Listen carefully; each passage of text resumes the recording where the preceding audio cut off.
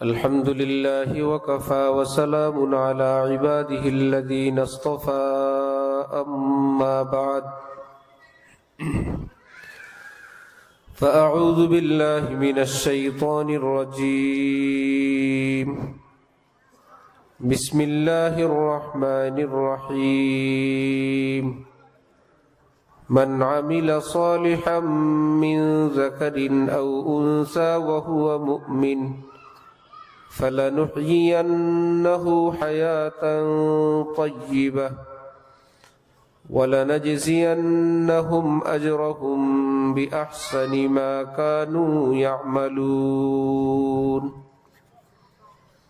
وقال تعالى ألا بذكر الله تطمئن القلوب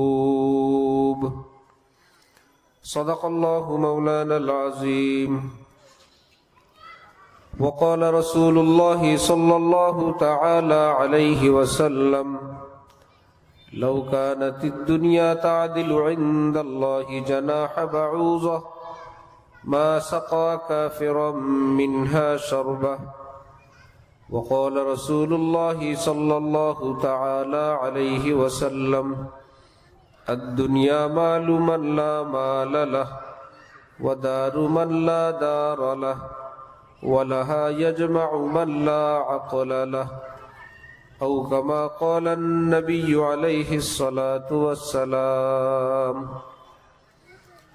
মুআজ্জাজ হাজিরিন, আমি আল্লাহ পাক রব্বুল আলামিনের পবিত্র কালামের দুই জায়গা থেকে অংশ বিশেষ তেলাওয়াত করলাম এবং হযরত রাসূল করিম সাল্লাল্লাহু আলাইহি ওয়াসাল্লামের দুইখানা হাদিস শরীফ পাঠ করলাম।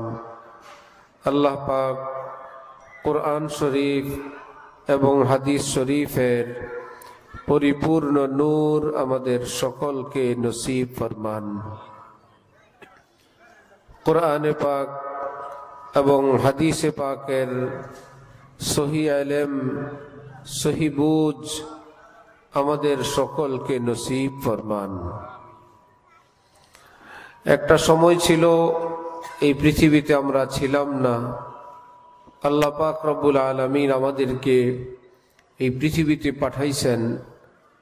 আমাদের রূহ ছিল, অতঃপর আল্লাহ পাক আমাদের দেহ সৃষ্টি করলেন, দুইটাকে একত্রিত করে এই পৃথিবীতে পাঠাইলেন। দেহের যাবতীয় হাজত প্রয়োজন এটাই জমিন থেকেই প্রয়োজন পুরা করার ব্যবস্থা করলেন। রূহ আসমান থেকে আসছে, সেটার যাবতীয় প্রয়োজন মিটানোর জন্য আসমান থেকে আল্লাহ পাক এলমে ওহির মাধ্যমে সব ব্যবস্থা করলেন। রূহের কোনো খাদ্য খোরাক, রূহের কোনো চিকিৎসা, রূহের কোনো চাহিদা এই পৃথিবীর কোনো কিছু দিয়েই পুরা করা সম্ভব না। না বুঝার কারণে কোনটা রূহের চাহিদা, কোনটা আমার একান্ত মনের বা দেহের চাহিদা, এটা পার্থক্য করতে না পারার কারণে অনেকেই বিভ্রান্তির মধ্যে থাকে। ভিতর থেকে কোনো একটা চাহিদা আসলেই এটা কি আমার রূহ চায়, নাকি আমার দেহের চাহিদা, নাকি নিছক আমার নফসের চাহিদা, এটাকে অনেকেই অনুমান করতে পারে না। কোরআনে পাকে রব্বুল আলামিন বলছেন ইন্নান নাফসা লাআম্মারাতুম বিসসু, নফস তোমাদেরকে সর্বদা নিকৃষ্ট এবং বাজে কাজের আদেশ করতেই থাকবে। আবার রূহ সম্পর্কে আল্লাহ পাক বলেন ইয়াসআলুনাকা আনির রূহ কুলির রূহু মিন আমরি রাব্বি, রূহ সম্পর্কে এরা আপনার কাছে জানতে চায়, আপনি বলে দেন রূহ হইল আল্লাহ পাকের এক বিশাল একান্ত বিশেষ কোনো ব্যাপার। এই পৃথিবীর কেউ সেটাকে বুঝা এটা বড় মুশকিল। সকলের সামনে দিয়ে একটা মানুষের রূহ চলে যায়, কিভাবে চলে যায় অনুমান করা কারো জন্যই সম্ভব হয় না। সেই রূহকে আল্লাহ পাক বিশেষভাবে পাঠান। রূহের যাবতীয় চাহিদা আল্লাহ পাক কোরআন এবং হাদিসের মাধ্যমেই পুরা করে থাকেন। আল্লাহ আমাদেরকে এই বিষয়টাকে আমি আরো আলোচনা করার চেষ্টা করব, বুঝার তৌফিক দান করেন।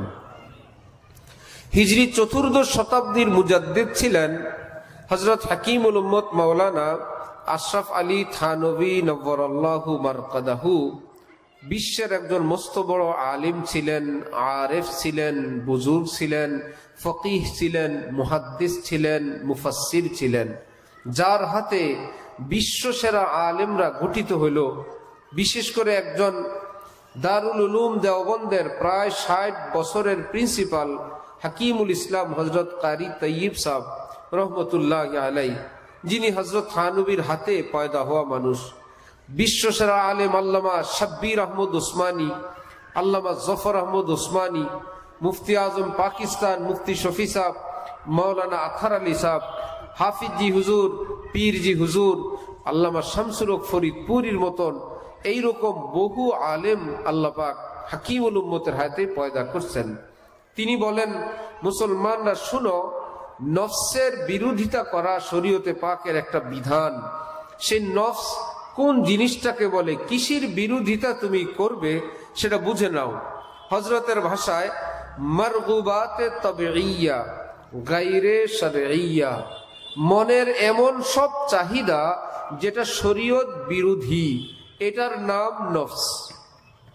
এই বাচ্চাদেরকে কেউ থামান।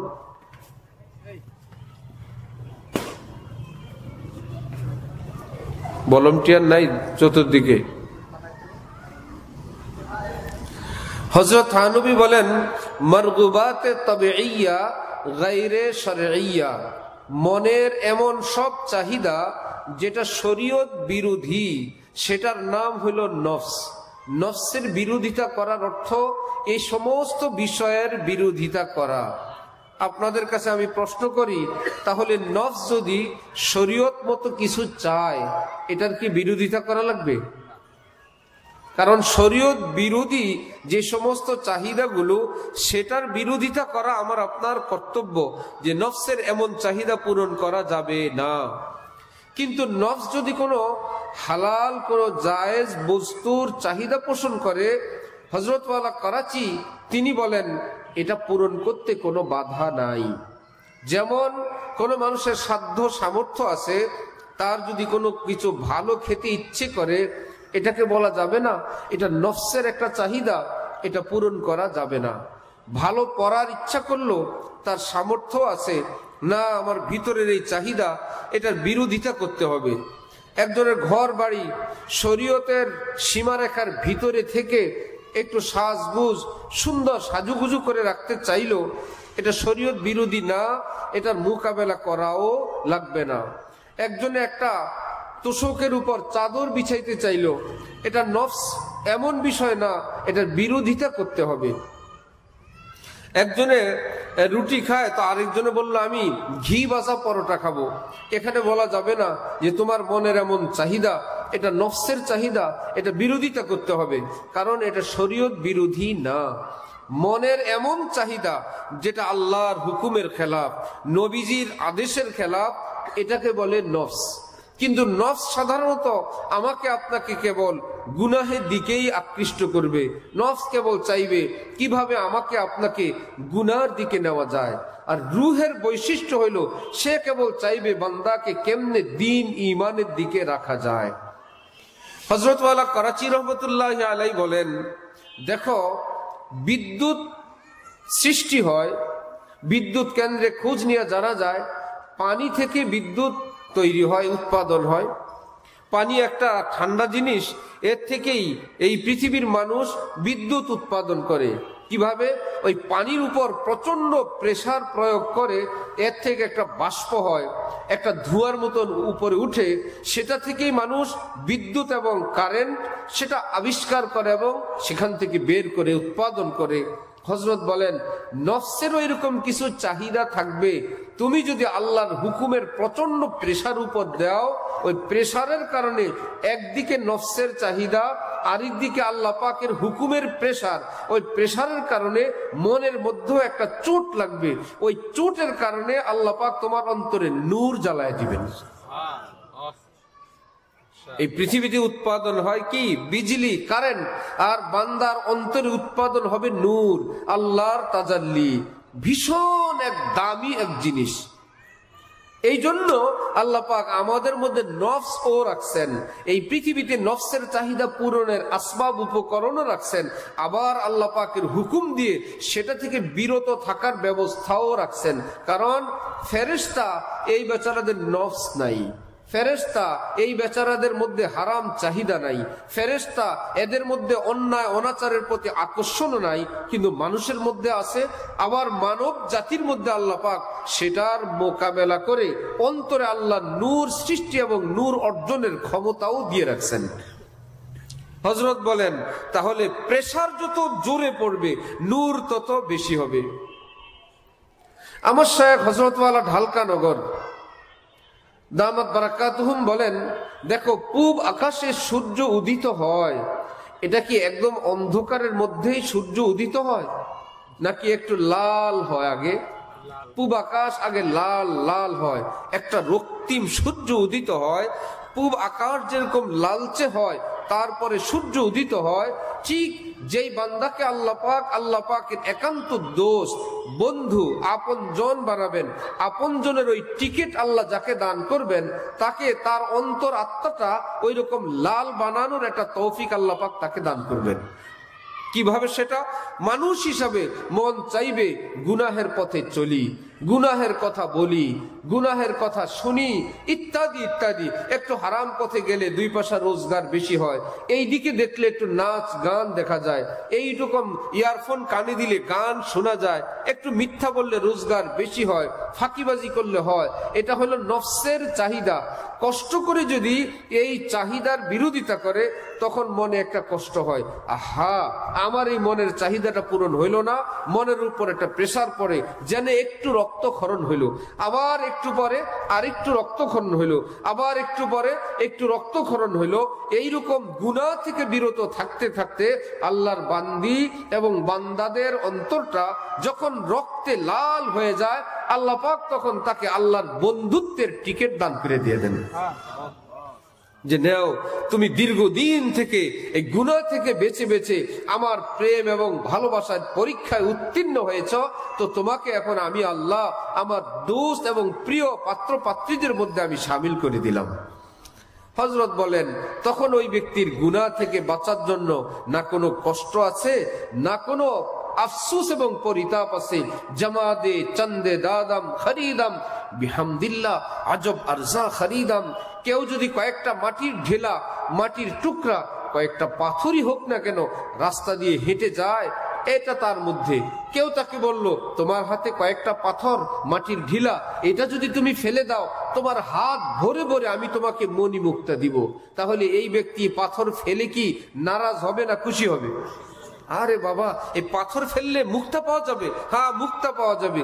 ওহো, তাহলে পাথর ফেলতে এই বেচারার আফসোস থাকবে না।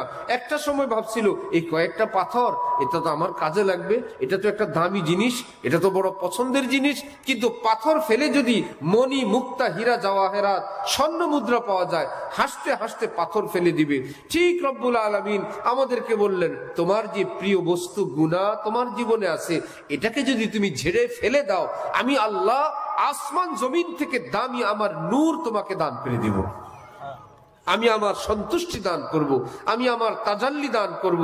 সেই তাজাল্লির খবর কবরে গেলেই পাবে না, তুমি এই মুহূর্তে দুনিয়াতেই পাবে, তোমার ঘরেই পাবে, অফিসেই পাবে, এই রাস্তার মধ্যেই পাবে। তুমি বলতে থাকবা, ইয়ে কौन आया कि धीमी पड़ गई, लो शम्ए महफिल की पतंगों के आवाज उड़ने लगी, चिंगारियां दिल की। হায়, আমি কি ফেললাম আর আমি কি অর্জন করলাম, আমি কি ছেড়ে দিলাম আর এর বদলে আমাকে আল্লাহ পাক কি দান করলেন। তুমি কেবল খুশিতে বলবা, তাহলে আমি আরো আগাই, দেখি তো আল্লাহ আরো দেন কিনা। আরেকটু অগ্রসর হইলে আল্লাহ আরো দামি দিবেন, আরো আগাইলে আরো দিবেন। ওহো, এইবার আর নারাজ আর অসন্তুষ্টির কিছু নাই। এখন কেবল বলে, হে বন্ধুরা, হে সমাজের লোকেরা, তোমরা ভুলের উপরে আসো, মিথ্যার উপরে আসো। হযরত জালালউদ্দিন রুমি রহমতুল্লাহি আলাইহি বলেন, আরে বন্ধু, কে কার পিছনে পড়তেছো, যেটাকে হযরত ওয়ালা করাচি বলেন, ওহো কুমর ঝুঁককে মিসলে কামানি হুই, कोई नाना हुआ कोई नानी हुई। एक प्रेम खेलाয় মত্ত ছিল যুবক যুবতী। কয়েকদিন পর একজন নানা সাহেব আর একজন নানি সাহেবা, কেউ দাদা কেউ দাদি, এখন আর কেউ কারো খোঁজ খবর নেয় না, কেউ কারো ফেসবুক আইডি এবং অ্যাকাউন্ট জিজ্ঞাসা করে না, কেউ কারো কাছে প্রেমপত্র লেখে না, কেউ কাউকে গোলাপ উপহার দেয় না। কেন? সেই মানুষটাই তো শুধুমাত্র যৌবনের উত্তাপ খতম হয়ে গেছে। কিন্তু বড় পীর জিলানী বৃদ্ধ বয়সে কি নামাজ ছেড়ে দিছিলেন? খাজা মঈনুদ্দিন চিশতি কি বলছিলেন যৌবন কালে নামাজ পড়ছিলাম, এখন আর নামাজ ভাল লাগে না? 14 ঘন্টা 20 ঘন্টা 36 ঘন্টা হাফিজি হুজুরের মতন বুড়ো মানুষ সারা দেশ সফর করছেন। ওনার সাথী সঙ্গীরা ক্লান্ত শ্রান্ত পরিশ্রান্ত, সফরের শেষ ধড়াম ধড়াম শেষা খাটের উপর পড়তেছে। হাফিজ হুজুর লালবাগ কামরাঙ্গি চড়াইসা আল্লাহু আকবার বলে নামাজে দাঁড়ায় যেতেছেন।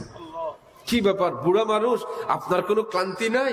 আহা, মিজান হযরত আয়েশা বলেন নবীজি বয়স্ক মানুষ, অসুস্থ মানুষ, কিন্তু নামাজে দাঁড়াইলেন এত লম্বা, তার পা মুবারক ফুলে গেছিল নামাজে দাঁড়ায় থাকতে থাকতে। তাদের কি কোনো বার্ধক্য নাই? এক পবিত্র প্রেম, এক নুরানি প্রেম, আল্লাহর সঙ্গে এমন এক প্রেম খেলায় তারা জীবন কাটাইছেন, বার্ধক্য তাদেরকে ঠেকায় রাখতে পারে নাই। সেজদায় আসেন তো আসেন। মিজান হযরত আয়েশা বলেন নবীজি সেজদায় গেলে আমি এখানে এক পাট ঘুমিয়ে ফেলতাম, এত লম্বা সেজদা করতেন। আবার দাঁড়াইতেন তো আমি আরেক ধাপ ঘুমিয়ে ফেলতাম। কি ব্যাপার? এমন এক প্রেম যতই গভীরে যাওয়া হয় ততই তার স্বাদ বেশি পাওয়া যায়। আর দুনিয়ার হারাম প্রেম মানুষকে বেইজ্জত করে, অসম্মানিত করে। এই জন্য এক বুজুর্গ বলছেন, শুনো, যারা হারাম লায়লার পিছনে ঘুরে মানুষ তাদেরকে জুতা ঝাড়ু নিয়ে দৌড়াইতে থাকে, আর হারাম জগৎকে বাদ দিয়ে যারা প্রিয় মাওলার পিছনে ঘুরে তাদের জুতা বহন করার জন্য মানুষ পিছনে পিছনে দৌড়াইতে থাকে। কাউরে জুতা নিয়ে দৌড়ায় আর কারো জুতা বহন করার জন্য দৌড়ায়। বন্ধু, সিদ্ধান্ত গ্রহণ করো। উভয় গ্রুপ মানুষ এই পৃথিবীতেই আছেন, এই সমাজেই আছেন। তুমি কি জুতা খানেওয়ালাদের কাতারে সামিল হবা, না তোমার জুতা মানুষ ইজ্জতের সঙ্গে বহন করুক সেই কাতারে সামিল হবা?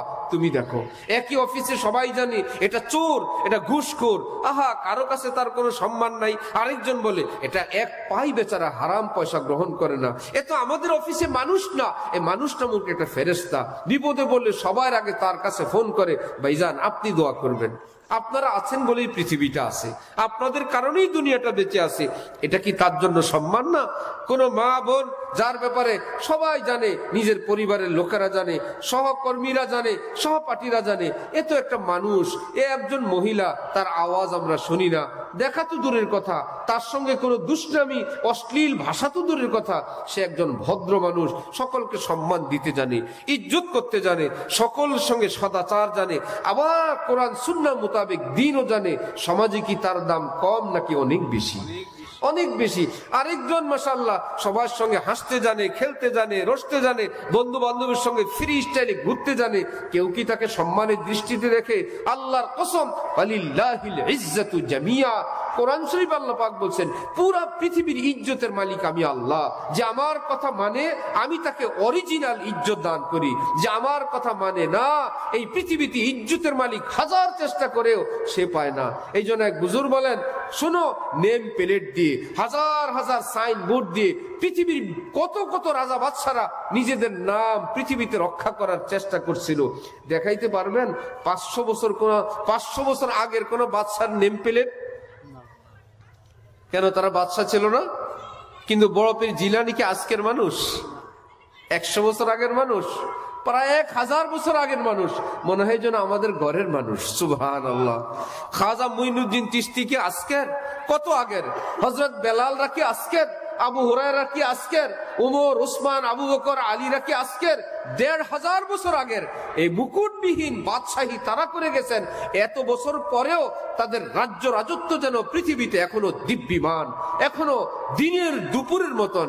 ইব্রাহিম ইবনে আদহাম রাতের বেলা নিজের শাহী মসনদে ঘুমায় আছেন, হঠাৎ শাহী দরবারের উপরে ঠক ঠক আওয়াজ। উনি হুঙ্কার দিলেন, কে আমার শাহী দরবারের উপরে? এরা উপর থেকে বলল, আমাদের ঘোড়া হারানো গেছে তো আমরা ঘোড়া খুঁজতে আসছি। উনি ভিতর থেকে ধমক দিলেন, ঘোড়া হারানো গেলে কি ঘোড়া ছাদে তালাশ করে? ঘোড়া কি ছাদে পাওয়া যায়? ওখান থেকে আবার পাল্টা হুঙ্কার, এইরকম সুন্দরী নারীদের সঙ্গে আনন্দ ফুর্তিতে থাকলে আল্লাহরে পাওয়া যায়। তুমিও তো দেখি মাঝে মাঝে আল্লাহকে পাওয়ার জন্য স্বপ্ন দেখো, আবার বান্দীদের সঙ্গে এবং নাচ গান আনন্দ ফুর্তিতেও থাকো। ও দুইটা মিলেই একত্রে একই বোতলে অর্ধেক পেশাব আর অর্ধেক আতর, এইরকম কোন বোতল দুনিয়ায় আছে? অর্ধেক গোবর আর অর্ধেক আতর? না, গোবর থাকলে এটা গোবরের বোতল, আতর থাকলে সেটা আতরের বোতল। হয়তো পাক নয়তো না পাক। হাম খোদা খাহিও হাম দুনিয়ায় দু ই খিয়ালাস্তো মুহালাস্তো জুনু। এক আল্লাহকেও চাইবে, আবার আল্লাহ বিরোধী কর্মেও লিপ্তে থাকবে। এই দুই বস্তু একত্রিত হইতে পারে না। উনি ছাদে গেলেন, কেউ নাই। কি ব্যাপার, কে আমাকে হুঙ্কার দিল, পাল্টা কথা বলল, কেউ নাই। তিনি ভাবছেন, এ দোস্ত, আয়াম জব ভালে আতে हैं ঘাত মিলনে কি ও খুদ আপ হি বতলাতে हैं। আল্লাহ পাক যখন কাউকে নিজের আপন বানাইতে চান, আল্লাহ পাক নিজেই জাল পাতেন, নিজেই ব্যবস্থা করেন কোন জালে আটকায় তাকে আমি আল্লাহর দিকে আনা যায়। তিনি ভাবছেন, এ তো আর কেউ না, আমার আল্লাহ আমাকে সতর্ক করার জন্য ফেরেশতা পাঠিয়ে দিয়েছেন। নিজের শাহী দরবারে আসলেন, শাহী পোশাক খুলে ফেললেন, ছদ্মবেশে কর্মচারীর পোশাক পরে, ছিঁড়া পোশাক পরে রাজ দরবার থেকে বাইর হয়ে চলে গেলেন। আমি রাজত্ব চাই না, আমি আমার আল্লাহকে চাই। এই আনন্দ চাই না, এই নাচ গান ফুর্তি চাই না, আমি আমার প্রিয় আল্লাহকে চাই। কেননা একটু মাথা ব্যথা পৃথিবীর কেউ ভালো করতে পারে না, একটু ডায়াবেটিস পৃথিবীর কেউ কমাইতে পারে না, এই পৃথিবীর কেউ আমার আপনার মৃত্যু ঠেকাইতে পারে না। যার সন্তান নাই তাকে সন্তান দিতে পারে না, যার ছেলে নাই ছেলে দিতে পারে না, যার বিবাহ হয় না তার বিবাহ করাইতে পারে না, যার রুজি নাই তার রুজি দিতে পারে না। সবই করেন আল্লাহ। জব नहीं हो किसी का तो क्यों हो किसी का, उन्हीं का हुआ जा रहा हूं। কেন মিথ্যার পিছনে খুঁজবো, ছুটবো? হযরত ইব্রাহিম ইবনে আদহাম ছুটলেন জঙ্গলার দিকে।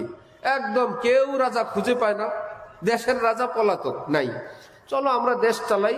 খুঁজতে খুঁজতে বেশ কিছুদিন পর এক উজির অর্থ মন্ত্রী, আগের যুগে বলতো না রাজা উজির, রাজা মানে প্রেসিডেন্ট, উজির মানে মন্ত্রী, আর উজির আজম মানে কি প্রধানমন্ত্রী। এখন একজন উজির, আপনি কি ভিডিও করেন? ভিডিও করা তো নিষিদ্ধ ছিল, আপনি কাটেন এটা ভাই, কেটে দেন, এখনই কাটেন, ডিলিট করেন।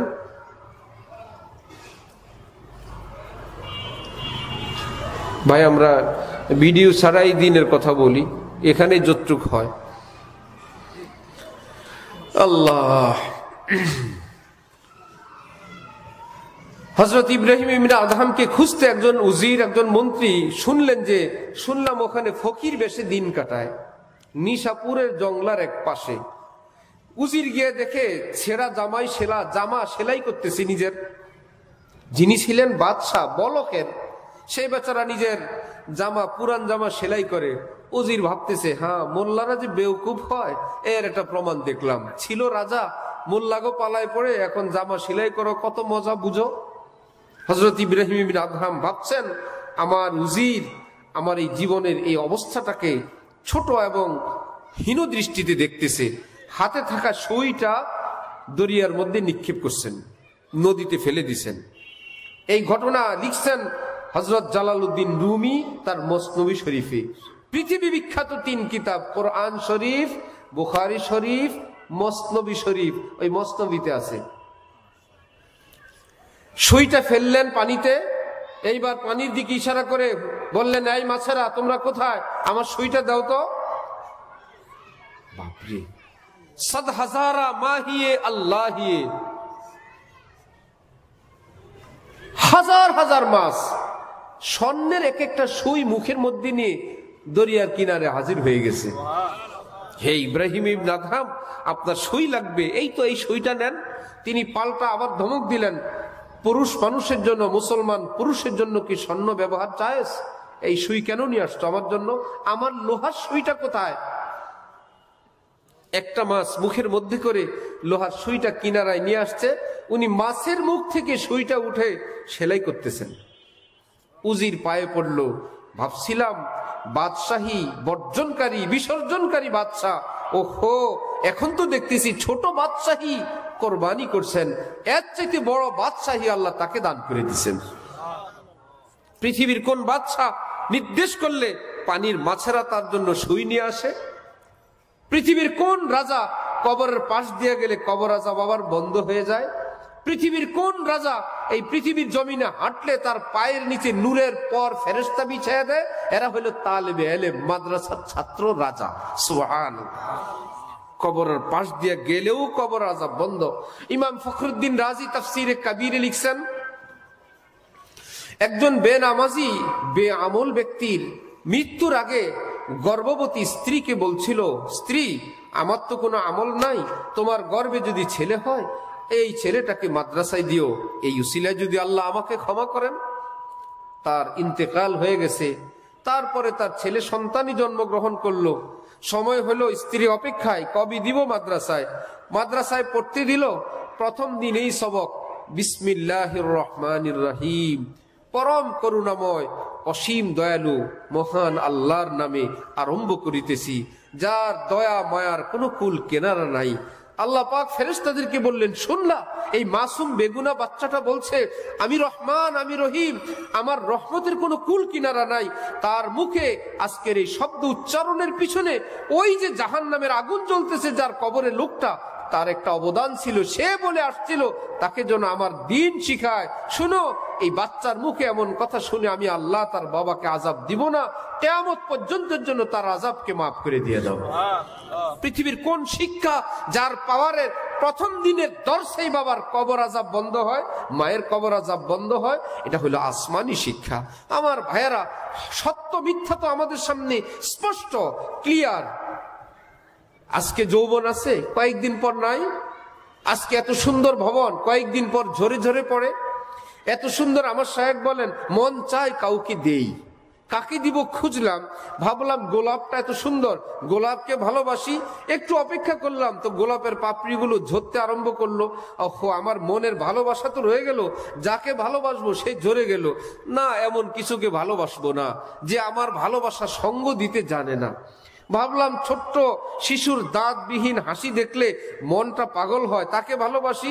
তো একদিন পর দাঁত উঠলো, 7 বছরে পড়লো, এরপরে বুড়া দুরা হয়ে আর একরকম হয়ে গেল। না, এটা উপযুক্ত না। হযরত বলেন, তুই সুন্দরী নারীর প্রতি তাহলে না, শুনলাম না না, নানি দাদি হয়ে লাঠি ভর দিয়া 42 নম্বরের চশমা দিয়া, এখন আর প্রেম ভালোবাসার উপযুক্ত নাই। জোয়ারের থই থই করা পানি দেখলে মন চায় এই জোয়ারের পানির জন্যই জীবনটা উৎসর্গ করি। কিছুক্ষণ পরেই দেখি ভাটা এসে একদম শেষ। বসন্ত দেখলে মনে হয় চিকচিক করা বসন্তের পাতা, এইখানেই জীবনটা উৎসর্গ করি। দেখি হেমন্ত আসলো, আহা, কোথায় গেল বসন্তের সেই সৌন্দর্য? আর নাই। হযরত বলেন, পাখির ঝাঁক যখন দেখি ঢেউয়ের মতো উঠতে থাকে, মন চায় এত সুন্দর পাখির ঝাঁক, তাকায়েই থাকি। একটু পরে দেখি হারায় গেল। আমি তাহলে কাকে ভালোবাসবো? সূর্যটার দিকে তাকাইলাম, একটু পরে সন্ধ্যায় সূর্যটা নাই। আহা, কাকে ভালোবাসবো? সবাই অস্থায়ী, টেম্পোরারি। কোরআনে পাক আল্লাহ পাক বলেন, আল্লাহু লা ইলাহা ইল্লা হুয়াল হাইয়ুল কাইয়্যুম, আমি এক আল্লাহ, আমি চিরঞ্জীব, আমার কোনো বার্ধক্য নাই, আমার লয় নাই, ক্ষয় নাই, আমার নিদ্রা নাই, আমার ঘুমের ভাবও নাই। আমার সঙ্গে প্রেম করবা, রাত গভীরেও যদি ডাকো আল্লাহ, আমি তোমাকে সঙ্গে সঙ্গে উত্তর দান করব। সুবহানাল্লাহ। তুমি যখনই ডাক দিবে, আমি শুধু তোমাকে ভালোই বাসবো না, তোমার যাবতীয় প্রয়োজন পুরাও করব। ফাজকুরুনি আযকুরুকুম, তুমি আমাকে স্মরণ করো আমাকে মানার মাধ্যমে। আযকুরুকুম, আমি তোমাকে স্মরণ করব তোমার যাবতীয় প্রয়োজন পুরা করার মাধ্যমে। এক হাদিসে কুদসিতে আল্লাহ পাক বলেন, ইয়া বানি আদম ইরকালি রাকাতাইন আউয়ালান নাহার, আদমের বেটা 2টা রাকাত পড়বা আমার জন্য দিনের শুরুতে। এই 2 রাকাত দ্বারা উদ্দেশ্য ইশরাকের নামাজ, ফজর না। সূর্য উঠার কিছুক্ষণ পর পর, আনুমানিক 20 মিনিট পর থেকে নিয়ে এই মোটামুটি 10টা 11টা পর্যন্ত যেই নামাজ, নফল নামাজ, এটাকে ইশরাক বলে। এটা মুস্তাহাব, নবীজি কখনো কখনো পড়েছেন। আচ্ছা, আল্লাহ পাক বলেন কি, দিনের শুরুতে 2টা রাকাত আমার জন্য পড়বা? ইয়া বনি আদম, এ আদমের বেটা, আদমের বেটি, আদমের সন্তান, একটু পড়বা 2টা রাকাত আমার জন্য। যদি পড়ো, আকফিকা আখিরাহু, আজকে দিনের শেষ পর্যন্ত তোমার যত হালাল বৈধ প্রয়োজন আছে আমি আল্লাহ সবটা পুরো করে দিব। সুবহানাল্লাহ।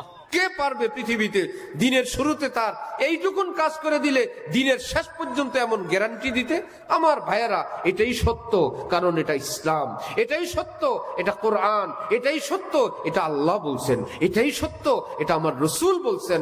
আল্লাহ আমাদেরকে এই ধোকার পৃথিবী, মিথ্যার পৃথিবী, প্রতারণার জগৎ থেকে সজাগ হওয়ার, এই প্রতারণার জগৎকে চেনার তৌফিক দান করেন, যে আমাকে নষ্টর দিকে নিয়ে যায়, যে আমাকে চরিত্রহীন করে, যে আমার জীবন যৌবন ধ্বংস করে, যে আমাকে বেইজ্জত করে। আমার বন্ধু, রাত গভীরে যদি কেউ কাউকে দেখে একা একা কোথায় জানি ফোনে কথা বলে, যে কেউ দেখলেই সন্দেহ করবে। ভাই, নিজের মায়ের সঙ্গে হইলে তো কথার আওয়াজটা এমন হইতো না, বাবার সঙ্গে হইলে তো এমন হইতো না, নিজের স্ত্রীর সঙ্গে হইলে এমন হইতো না। আড়ালে আবডালে সকল থেকে লুকায়া এ কিসের কথা? বেইজ্জতি।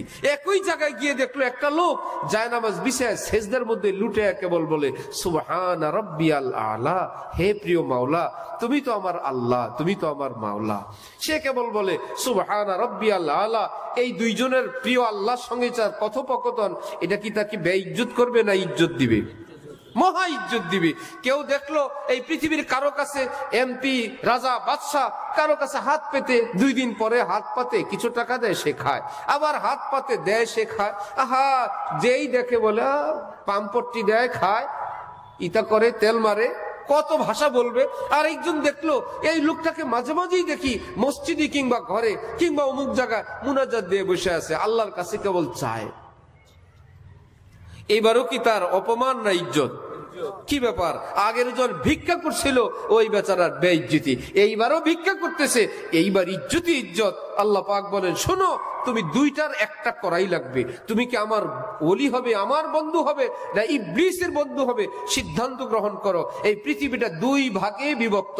আল্লাহু ওয়ালিয়ুল্লাযীনা আমানু ইউখরিজুহুম মিনাজ যুলুমাতি ইলান নূর ওয়াল্লাযীনা কাফারু আউলিয়াহুমুত তাগুত ইউখরিজুনাহুম মিনান নূরি ইলাজ যুলুমাত। শোনো, যারা আল্লাহর বন্ধু হয়, সেই প্রিয় আল্লাহ তাদেরকে সমস্ত অন্ধকার থেকে, অসম্মান থেকে, বেইজ্জত থেকে, অসব অপ্রীতিকর অবস্থা থেকে আল্লাহ নিজেই তাদেরকে উদ্ধার করে আলোর জগতে নিয়ে আসেন।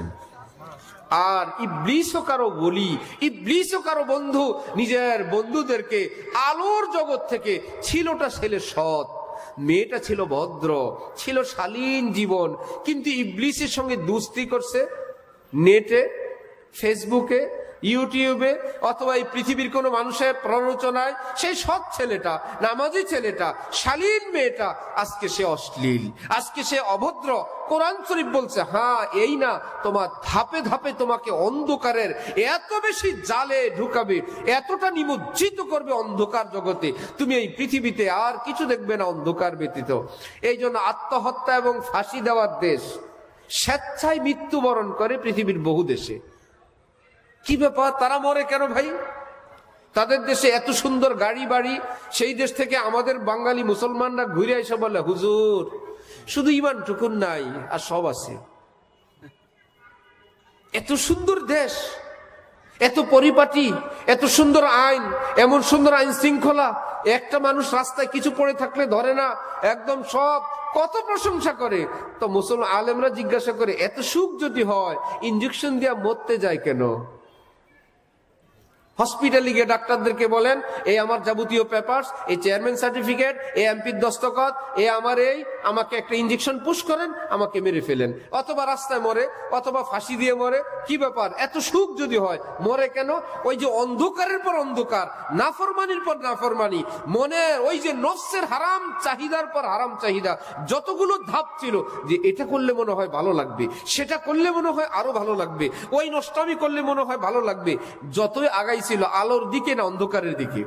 শেষে দেখে না, যতই ভালোর জন্য আসছি, আমার অশান্তি আরো বাড়ছে। কুকুরকে প্রেম করে কেন মানুষ? ভাই, মানুষ মানুষের সঙ্গে প্রেম করবে, তারও তো একটা অর্থ আছে। কুকুরের সঙ্গে কেন? পরে আমরা খোঁজ নিয়ে জানতে পারলাম, যারা কুকুরকে ভালোবাসে তারা বলে যে অনেক মানুষের সঙ্গে প্রেম করেছি জীবনে, শুধু ছেঁকা দেয়, ধোকা দেয়, প্রতারণা করে। কুকুর প্রতারণা করে না, কুকুরই ভালো। কি ব্যাপার? ওই গেছিল অন্ধকারে, অন্ধকার জগতে, যাকেই যায় যে দেখে আমি হইলাম তার 13 নম্বর প্রেমিকা, আমি হইলাম তার 22 নম্বর প্রেমিক, আমি হইলাম 27 নম্বর প্রেমিকা, আমি হইলাম 43 নম্বর প্রেমিক। এইবার নম্বরে নম্বরে বলো, ও হো, এত পুরুষের সঙ্গে থাকা নারী, এত নারীর সঙ্গে থাকা পুরুষ, কে কাকে বিশ্বাস করবে? এই দুই বিড়ালে আর ভালো লাগে না, এবার আরেকজন, এবার আরেকজন, শুধু মিথ্যা। তুমি সুখ, তুমি আমার জগতে আসলে এই তুমি তো রানী থাকবে, তুমি তো রাজা থাকবে, এই মিথ্যাই বিশ্বাস করে গিয়ে দেখে কিসের রাজা কিসের রানী, চাপরাশিও আরো ভালো। এ তো স্বার্থের জন্য, এ তো সময় কাটানোর জন্য। রব্বুল আলামিন বলে, শুনো, আমি আল্লাহর সঙ্গে যদি আসো, আমি আল্লাহ, ইন্নাল্লাহ লা ইউখলিফুল মিআদ, আমি যদি তোমাকে কথা দেই ভালোবাসবো, তোমাকে দুনিয়াতেও ভালোবাসবো, কবরেও ভালোবাসবো, জান্নাতুল ফেরদাউসের মালিক বানায় দিব। সুবহানাল্লাহ। আমি তোমার সঙ্গে প্রতারণার ভালোবাসা করব না, তুমি আমারটা মানো বান্দা, আমি তোমার দুনিয়া আখিরাত বানায় দেব। আমার ভাইয়েরা, এই হারাম জগৎ থেকে আল্লাহ আমাদেরকে ফেরার তৌফিক দান করেন। তাহলে শুরুতে আলোচনা ছিল কি আমাদের, নফস এবং রূহ, মনে আছে? দুটা কি এক জিনিস না দুই জিনিস? দুই জিনিস। নফসের চাহিদা শুধু গুনাহ, রূহের চাহিদা কেবল ইবাদত বন্দিগি।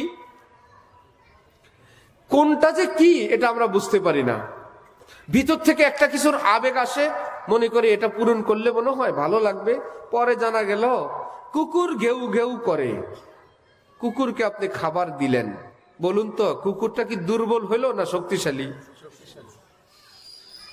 অথচ কিছু সময়ের জন্য ঘেউ ঘেউটা বন্ধ, আপনি ভাবছেন যা ঘেউ ঘেউ করতো থামায় দিছি, কিন্তু দার্শনিকরা বলে থামাও নাই, তাকে একটু শক্তিশালী করছো। কি বলেন? শক্তিশালী করলাম, এতক্ষণ ঘেউ ঘেউ করতো, এখন তো ঘেউ ঘেউ করে না, থামাই দিছি। থামাইছো আপাতত। তোমার হালুয়া রুটি খাচ্ছে তো, এখন তার পেট ভরা, এই হালুয়া রুটির ক্যালসিয়াম ক্যালোরি দিয়ে তার শক্তি আরেকটু বেশি। পরের বারের ঘেউ ঘেউটা তুমি রেডি থাকো, আরেকটু বড় হবে। আগের শক্তি তোমার দেওয়া হালুয়া রুটির শক্তি দুইটা মিলে আরেকটু জোরে। এইবার পরের ঘেউ ঘেউ আরো বড়, এইবার তাকে থামানোর জন্য হালুয়া রুটি দিল, এবার ঘেউ ঘেউ কি ছোট না আরো বড়? যদি তাকে থামাইতে চাও, একটা বুদ্ধি করো, হালুয়া রুটি দিও না। ঘেউ ঘেউ করতে করতে ভাববে এই দুয়ার বড় ডাকাইতের দুয়ার, বড় পাষাণ হৃদয়ের দুয়ার, এখানে তো কিচ্ছু দেয় না, আমি আরেক দিকে যাই। তাহলে তুমি স্থায়ীভাবে মুক্তি পাইলা। ঠিক নফসের এরকম ঘেউ ঘেউ, এটা হলো নফসের একটা চাহিদা। এটা পূরণ করার দ্বারা আপাত দৃষ্টিতে মনে হয় আমার মনের হারাম একটা চাহিদা ছিল, আমার মনের চাহিদাটা মিটে গেছে, ঝামেলা শেষ, মনটা এখন ফ্রেশ হয়ে গেছে। এটা ইবলিসের একটা ধোঁকা, ফ্রেশ হয় নাই। ওই ভিতরের কুকুর তোমার দেওয়া গুনাহের খাদ্য খেয়ে সে আরো শক্তি অর্জন করতেছে। একটু পরে তোমার উপর অ্যাটাক করবে আরো শক্তভাবে, তোমাকে দিয়ে আরো বড় কোনো পাপ করাবে। এখন এক লাইন, একটু পরে দুই লাইন, একটু পরে আরো বেশি, একটু পরে তুমি ভাবতে পারবে না যে আমার এই বিড়ি থেকে আমাকে হিরোইন পর্যন্ত নিয়ে গেল, ইয়াবা পর্যন্ত নিয়ে গেল। এই ছোট্ট একটু বোতল খেতাম, এই সামান্য একটু অ্যালকোহল, এটা আমাকে নেশার জগতে নিয়ে আমার ঘর থেকে বের করে দিল। একটা লোক আসতো মাঝে মাঝে পাগল বেশে যাত্রা বাড়িতে, ওয়ারই যার নিজের বাড়ি, যার বন্ধুরা আমাদেরকে আগে নিয়ে আসতো, একত্রে আসতো, শুধু বন্ধুদের থেকে একটু আড়াইলি গিয়ে নেশার জগতে গেছে, এখন পাগলের মতো ঘুরে এসে বলে ভাই 100টা টাকা দেন। আমি তো প্রথম বুঝি নাই, টাকা দিছি। পরে অন্যরা বললো এতদিন তো ঘর বাড়ির টাকা দিয়ে নেশা করছে, এখন হুজুরের টাকা দিয়ে করবে, এখন আপনারটা দিয়া করবে। সে তো এমন ছিল না, ছিল তো ভালো ঘরের। এই জন্য আমার ভাই, মনের চাহিদা যেটা নষ্ট চাহিদা, এটা অল্প একটু পুরা করলেই সে আমাকে আপনাকে আটটু হামলা করবে। আর যদি তাকে স্থায়ী থামাই দিতে চাই, তার খাওয়া বন্ধ, হারাম খোরাক বন্ধ, তাহলে ধীরে ধীরে সে দুর্বল হবে। আস্তে আস্তে একটু পরে ঘেউ ঘেউ কি জোরে করবে না এবার আস্তে করবে, খাওয়ার নাই, এরপরে আরেকটু আসতে, খাওয়ার নাই, একটু পরে আরেকটু আসতে, হয়তো মারা যাবে, নয়তো অন্য দুয়ারে যাবে। হ্যাঁ, শক্তিশালী করা চাই রূহকে। শক্তিশালী রূহকে কেমনে করব? হযরত ওয়ালা করাচি বলেন, দেখো বনের রাজা সিংহ এত শক্তি কেন? সে তাজা তাজা হরিণের বাচ্চার ঘাড়ে কামড় মারে, তার ফ্রেশ রক্ত চুষি খায়, এরপরে ফেলে দেয়। এইরকম স্পেশাল খাবার খায় তো সিংহ যখন গর্জন করে মাটিও কাঁপে। কেন? তার খাবারটা সেই রকম। হযরত ওয়ালা করাচি, আল্লাহ ওনার কবরকে জান্নাতের টুকরা বানায় দেন। আল্লাহ হযরতের মাকামকে আরো অনেক উচ্চ থেকে উচ্চ স্তরে পৌঁছায় দেন। হযরত বলেন, তোমার আমার নফসের সামনে এক একটা গুনাহ হইল হরিণের বাচ্চা। তুমি যদি চাও তোমার রূহকে শক্তিশালী করতে, তাহলে এই গুনার ঘাড়ে কামড় দাও, অর্থাৎ গুনার বিরোধিতা করে তার সমস্ত শক্তি তুমি চুষে খায় ফেলো। যে সহজ পাইছো, আমাকে দিয়ে গুনাহ করাইবা, তোরে শেষ করে দিব, আমি গুনাহ করব না। তাহলে তোমার রূহ একটু শক্তিশালী হইলো। এইবার আরেকটু রাস্তায় বেপরদার সুযোগ করলাম না, রূহটা আরেকটু শক্তিশালী হইলো। একটা মিথ্যা বলার সুযোগ বলবো না, একটা গীবতের সুযোগ, যেটা আমার মা বোনদের কাছে ব্যাপক, নামাজি, পরহেজগার, হাত মোজা, পা মোজা, দিনদার, তেলাওয়াত, গীবত হালাল। কারো গীবত হালাল না হইলো শাশুড়ি, ননদ, ভাবি, বউ শাশুড়ি একে অপরের গীবতকে একদম জায়েজের মতন করতে থাকে। এটা যে আমার জীবনের সব আমল ধ্বংস করে দিচ্ছে, এটা খেয়াল হয় না। ভাই, আমার কষ্টের রোজগার আমি আমার শাশুড়ির, বউয়ের, ননদের, ভাবির, প্রতিবেশীর, ঝায়ের, আরেকজনের আলোচনা করে আমার সারাদিনের আমলগুলো তাকে দিয়ে দিব? এই জন্য এক বুজুর্গ বলছেন, শোনো, গীবত করো না, যদি করো শুধু মা বাবার করবা, আর কারো না। কারণ তোমার আমলগুলো পাইলে তোমার মা বাবা পাক। কারণ গীবত করলে তো যার গীবত করবা তোমার আমলগুলো তার আমল নামায় চলে যাবে। তো যদি করতে বেশি মন চায়, শুধু নিজের মা বাবার গীবত করবা। আল্লাহ আমার সওয়াব কেউ যাতে নিতে না পারে, পাইলে আমার মা বাবা পাক।